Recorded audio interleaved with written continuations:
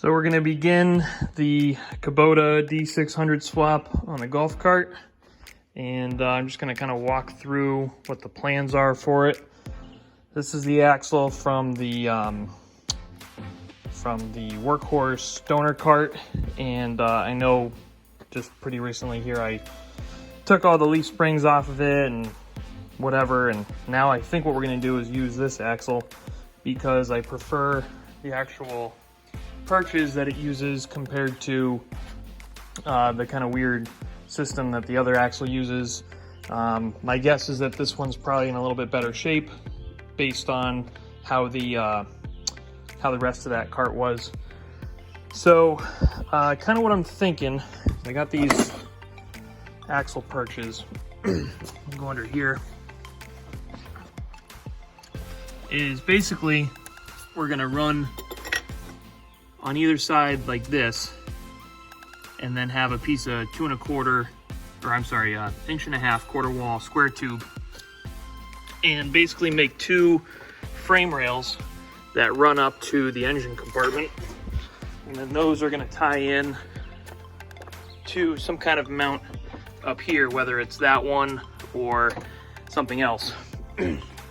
So got the engine on the crane here, and just pulled a couple parts off of it. For whatever reason, these Cub motors have this like oil cap extension on them, so I got rid of that, and I got rid of the flywheel adapter here that would power the drive shaft on the Cub. So I got to make some motor mounts for it, and I also have to tap these holes just to clean up the threads because the threads are a little bit fucked up on it.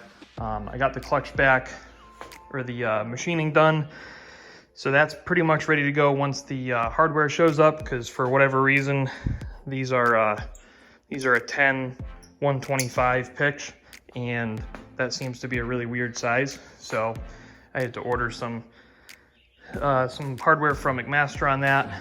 But this, being that it's a 3-cylinder, it is of course longer or wider depending on how you want to look at it.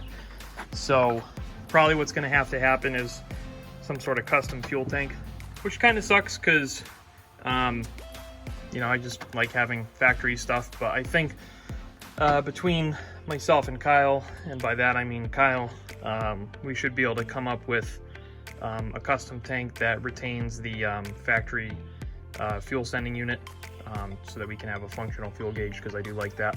But we're probably going to have to make some sort of kind of like C-shaped fuel tank to accommodate for the wider engine.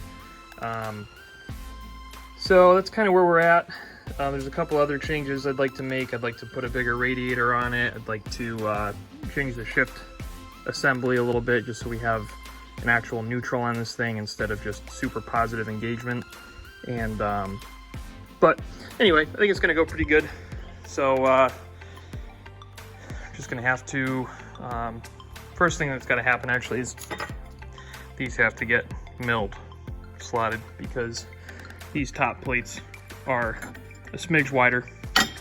So we got to get that done, and then I can get to work laying out the subframe. According to my calculations, with that engine being about 20 inches tall, we should have room underneath to build the skid plate. Kind of how I'm thinking.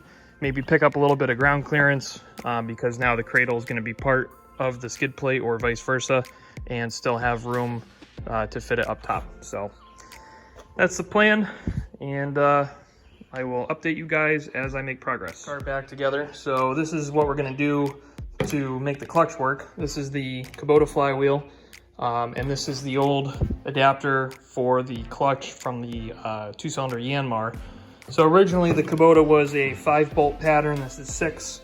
So I had it re-drilled to fit. We got that. And then to locate this hub, we had this aluminum ring made that's kind of a loose interference type fit on the flywheel and also the hub. That way it won't walk. And then to fit the bolts, we had the counterboard. So a pretty nice little piece of machining there. So we can go ahead and get that fired together. throw it on the Kubota motor and start figuring out where it's gonna sit relative to the axle. Okay, so we got the flywheel adapter and the clutch mounted on the Kubota. And I'm thinking I might get rid of that collar back there, which is acting as a spacer. Really what that'll buy me is another 1/2 inch to keep the engine away from side of the cart over here.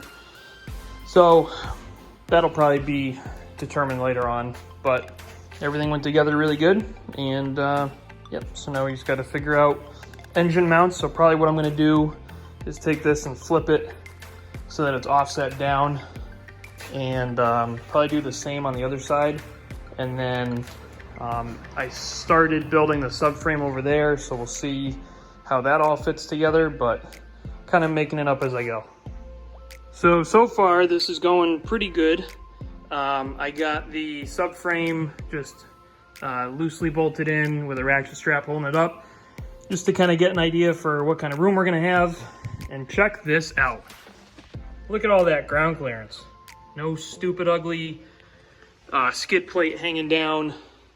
So far it looks like the thought process of using this Kubota is gonna work out really well. So basically what I'm gonna do is set this subframe so it's level, tighten the U-bolts down that hold it on, get the engine out of here, and then start figuring out how I'm going to mount it to the cart, and that way I can actually prepare to drop the motor in.